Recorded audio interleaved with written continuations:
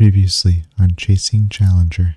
The start of Season 14 comes with many challenges, many of those challenges being losses. But as I begin to get used to the new changes, will I begin to catch my footing? Find out in today's video. Also, just for the record, I wasn't able to include all of my placement matches in the last video as I was still trying to figure out the editing. So I just want to let you know I am starting 4 and 6 for my placement matches, Diamond 4. All right, so we're playing Warwick top this game. First Warwick top lane game of the season, and I'm looking forward to seeing how it goes. We're going Ghost Barrier this game because we are versus Trundle. Now Trundle is a champion that is obviously very strong in the early game, so we're going Lethal Tempo. And usually when you're playing as champions that have equally as strong as a level 1, level 2 as Warwick, you're going to play for early push and start hitting the minions. But I realized pretty quickly that Trundle, his setup is kind of garbage. He's running D shield, he has grasp, and that just means that he has no fighting power. He doesn't even have ignite either, so he has no fighting power versus me, and this allows me to just push him in and just bully him on repeat. You can see right here, this was awfully played by me, taking 2 turret shots, but it doesn't really matter because the setup is so garbage. And this is made even easier by the fact that top lane is so hard to gank now. You can just see how wide open and easy it is for you to ward. And Warwick is a champion that really, historically in top lane, he's really strong 1v1, but his issue is getting canceled by the enemy jungler.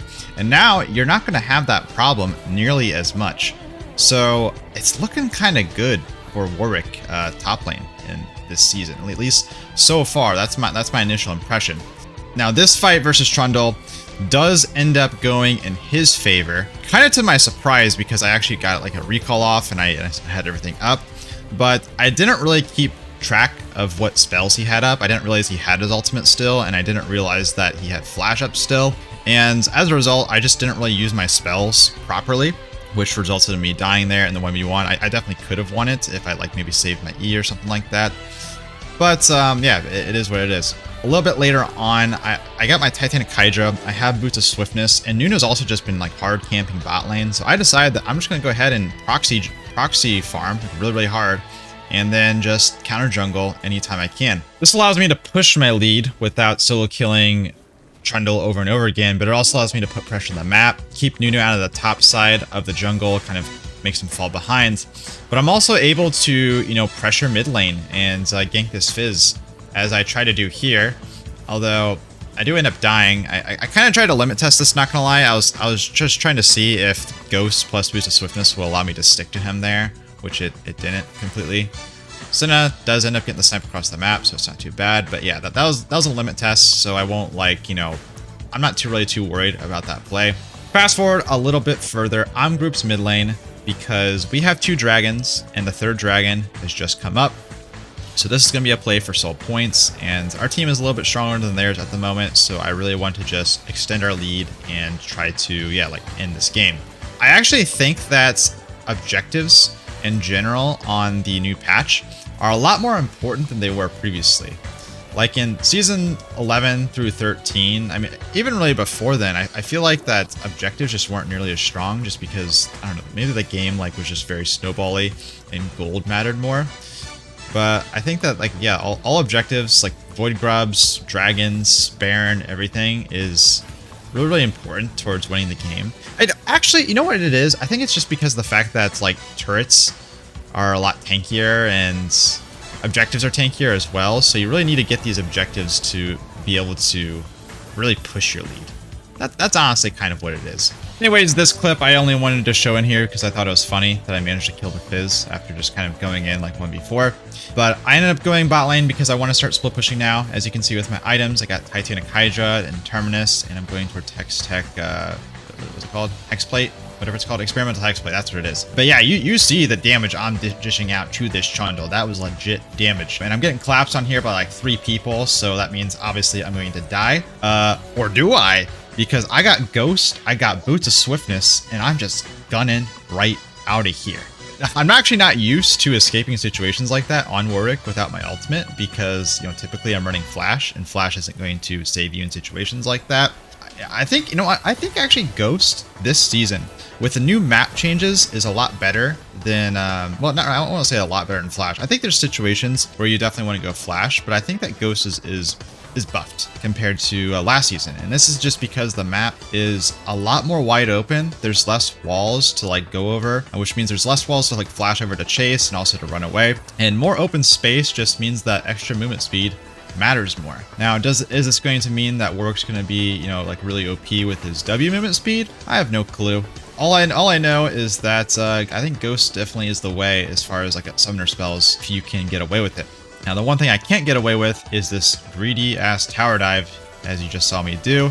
My team was wanting me to do Baron. They actually got really tilted that I went for that, considering 2 people were dead. I don't really blame them for that. And like I said, I think objectives are really important this season, and there's no need to greed. Like if you just have a free Baron, you want to just take the free Baron.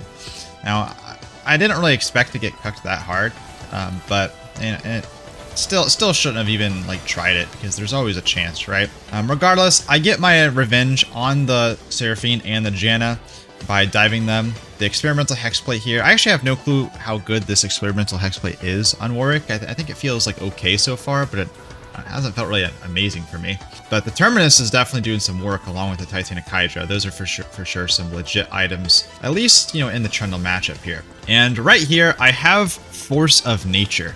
Now this item is broken. Like, look at the stats. Just Google the stats, see what it gives you right now. It's way too strong. And I'm playing against a team that like literally is like full AP minus the Trundle. So when I'm having to fight 4 people and Trundle's not there, I just become unkillable. And when you combine this with all my attack speed that I'm getting right now, like I'm healing just constantly. These are low damage AP champions. I got Force of Nature stacked, and I'm like just straight up a raid boss. I have no clue what my teammates are doing, granted. Like, I feel like probably we could be getting more on the map here. I guess we're getting mid inhib, so that's nice, but shortly results in us winning the game. And as you can see, we end up being Diamond 4, 30 LP. And in the next game, we find ourselves pathing towards the top lane. Void Grubs are up here, and that is really what I want at the end of the day. I'm trying to gank this Yone just to, not only to alleviate pressure top lane, but also to get prio for the Void Grubs. Diego's here as well because, well, it's a flavor of the month objective. Everyone wants it. Luckily, Azir comes in with one of the prettiest ultimates you could ever pull off level 6. And this leads to us winning the 3v3 skirmish. Well, at least temporarily. Because I end up greeting for this kill on Twisted Fate. I think that, you know, we're able to get a nice 3-for-1 here. But sadly, he was actually saving his summoner spells until the very end.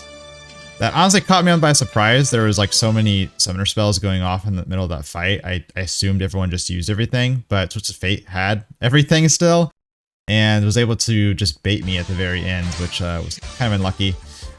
Even though it was a 2-for-2 there, it does mean that we lose prio of top lane, so I decided to just trade objectives and go for the dragon. Really smart move by me, to be honest, just because we're able to kind of turn like a losing play into a even play. Which is really key. If you're trying to climb and get better, you want to be able to figure out how to turn, there's always losing plays every game. So you want to figure out how to make those losing plays neutral, or at least prevent those losing plays into turning into super losing plays.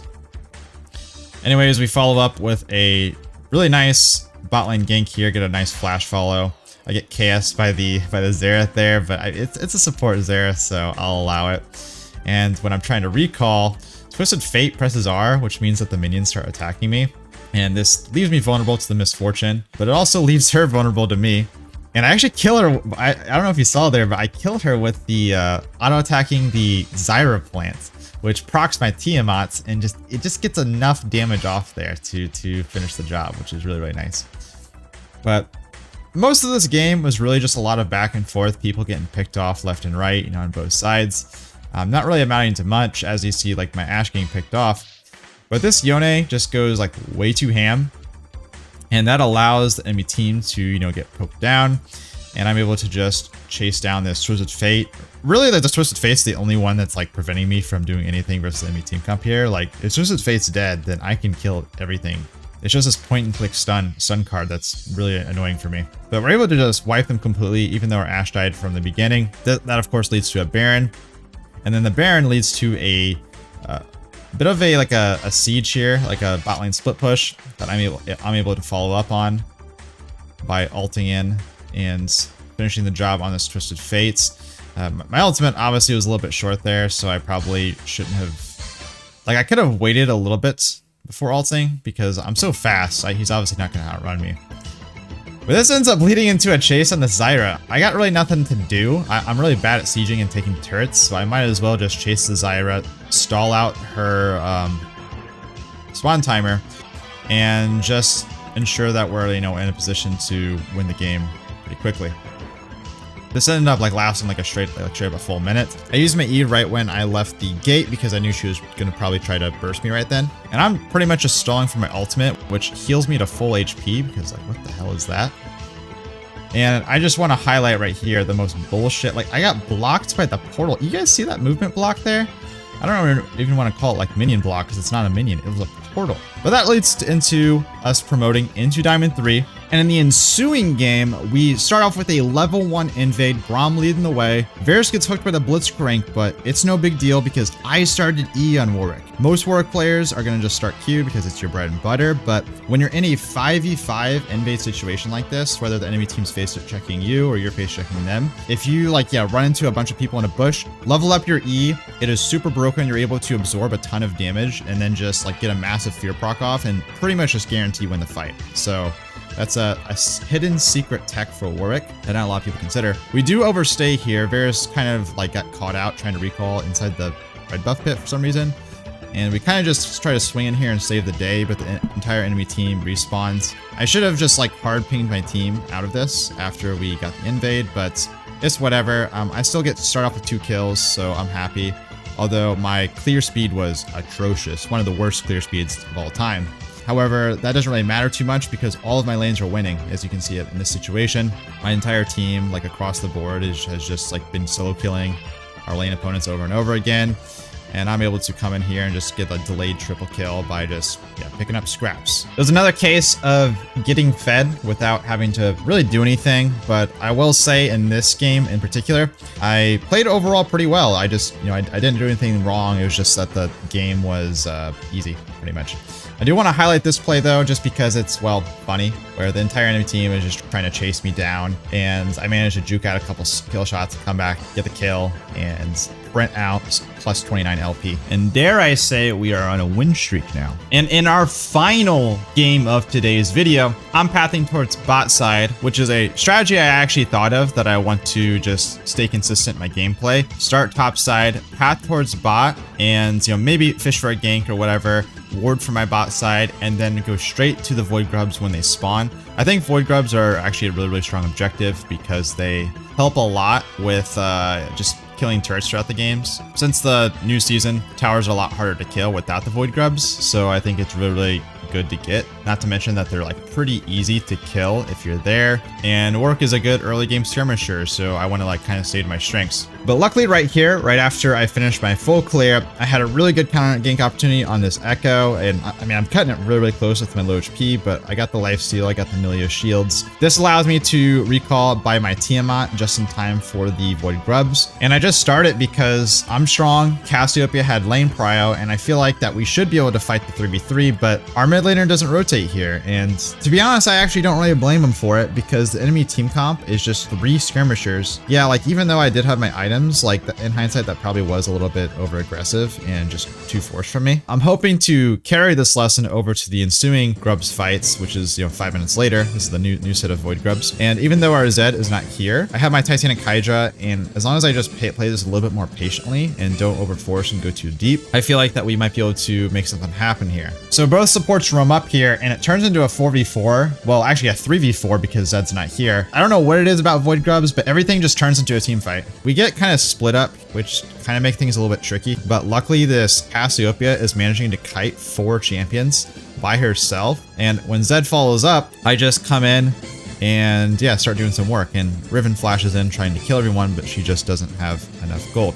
So we're able to secure these Void Grubs, which is great. And when I recall, my Milio dies in our jungle, but Titanic Hydra is honestly just so strong. I actually feel like it might get nerfed again. I know it got nerfed on patch sorry, 14.1b. But man, it's such a strong item, and especially for Warwick, it's just perfect. And Warwick this patch, I feel like is like legit now. In the jungle, Warwick's been pretty overall bad the last 3 years. Maybe like a patch every once in a while where he's decent because of some item being broken or something like that. But right now, like I actually feel like a legit jungler. I feel like Warwick is stronger than he's been in a very, very long time. Other than I think that's the last patch actually of season 13. He was pretty strong with one build. But again, it was one build. Right now, like look at this fight right here. I got 2 items and I'm just not taking any damage. This is a completely even game, by the way. He's just so good. He's just too good right now, and you have so many builds. So even if Titanic Hydra gets nerfed, I feel like Warwick just is going to have many options, and that's the thing I'm really hopeful for. I actually feel like Warwick as a jungler is a return to form, and it's also the fact that his play style and his power curve is more like it used to be. And after I kill everyone here, I go straight to the dragon and continue to shit all over the enemy team. Pantheon flies in. I have not recalled yet. I'm still sitting on like 3k gold here. Pantheon tries to contest this, but I got my Titanic and my Iceborne. I also got my team along with me. And after he dies here and I see Riven's top lane, I think I can take on the enemy team by myself at this point. I'm just so much more ahead. And again, Warwick just feels so strong right now. I just deal with this Echo. Like I basically one-shot him with a Titanic Hydra, and I'm building tank items at this point. Chase down this Maokai. I got flash and everything, so that's why I'm just feeling so confident here. Like I had everything up, so I'm ready to continue fighting. And I just sprint at this Caitlyn, and I pretty much just solo carried this entire game by myself. And I'm just feeling super confident on Warwick right now, and I feel like, yeah, I don't know, everything just feels so good, and I'm really looking forward to playing more games. So that puts us at a total of 8 wins and 6 losses, and we're getting really close to Diamond 2 now. If you enjoyed the video, click this button. If you didn't, click this. Thanks so much. Peace out.